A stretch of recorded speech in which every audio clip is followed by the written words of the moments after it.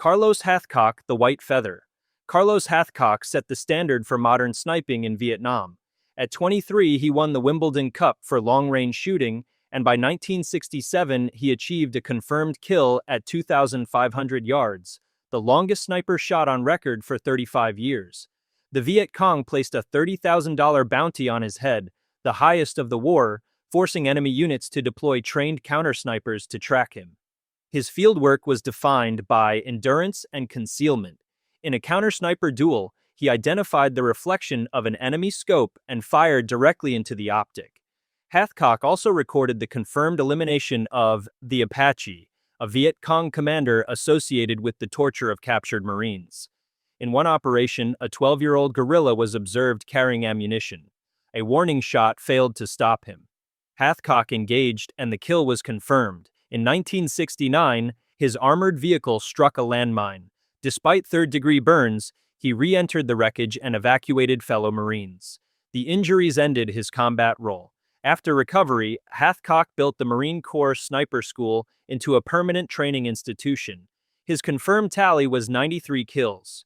More telling were the consequences: a record-setting long-range shot, a standing bounty that turned him into the most hunted sniper in Vietnam, and a white feather in his hat that enemy soldiers treated as a visible warning of precision fire. Chuck Mao Hinney, Vietnam's deadliest Marine sniper. Chuck Mao Hinney holds the highest confirmed kill count of any Marine sniper in history. His record lists 103 confirmed kills and another 216 probables. His identity remained hidden until 1991, when another sniper revealed his tally. The revelation shocked historians because the deadliest Marine sniper had been forgotten for years. His most decisive operation took place on February 14, 1969. That night, a North Vietnamese platoon attempted a river crossing. Mao Hinney waited until the soldiers were fully exposed in the water, then fired with clinical precision. 16 consecutive rounds struck 16 heads. Within minutes, the platoon disintegrated. Mao Hinney's accuracy bordered on mechanical. On one occasion, after his rifle had been altered by a gunsmith, he missed several shots at 885 feet, a distance well inside his normal ability. When the war ended, Mao Hinney did not seek recognition. He left the Corps, avoided interviews, and concealed his record even from family. Only after publication in 1991 did the scope of his role become public. His 103 confirmed kills remain the highest count ever recorded by a Marine sniper. Kyle demonstrated extreme range capability. His most documented shot eliminated a target at 2,100 yards, placing him among a small group of snipers capable of effective fire beyond 2 kilometers. Within his area of operations, he became known as the Devil of Ramadi, a label that showed how one sniper altered enemy movement across entire sectors. Kyle left the Navy in 2009 after receiving multiple decorations, including 2 Silver Stars and 5 Bronze Stars for valor.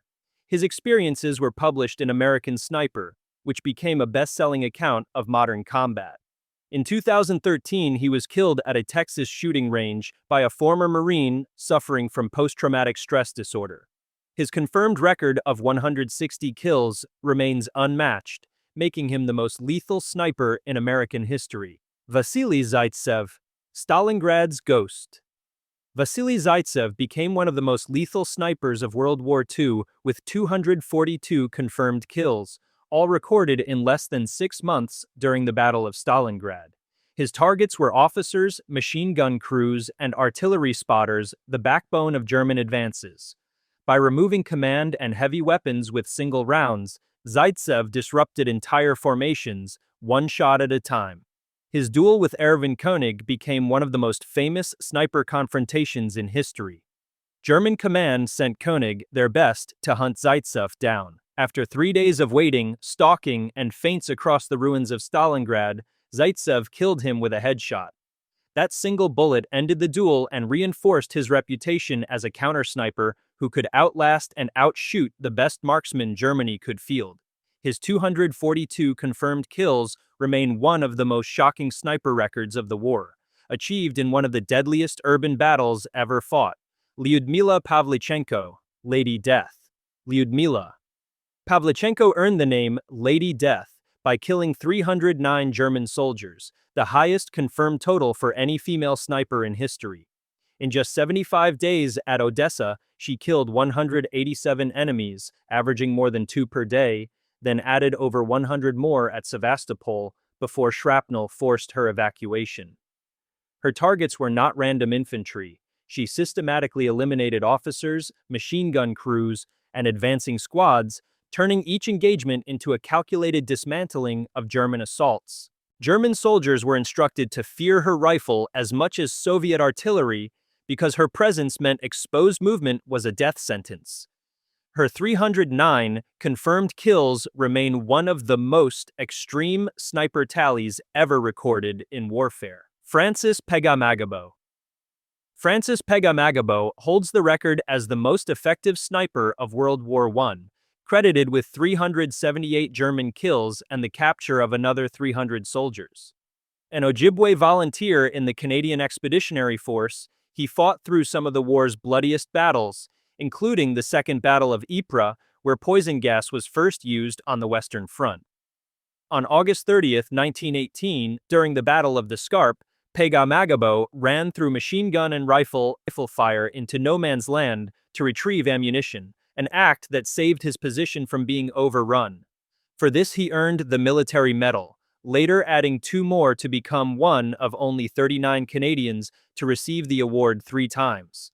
His 378 confirmed kills, combined with his extraordinary bravery under fire, mark him as not only Canada's most decorated Indigenous soldier, but also one of the most lethal snipers in history. Simo Häyhä. Simo Häyhä, known as the White Death, is considered the deadliest sniper in history.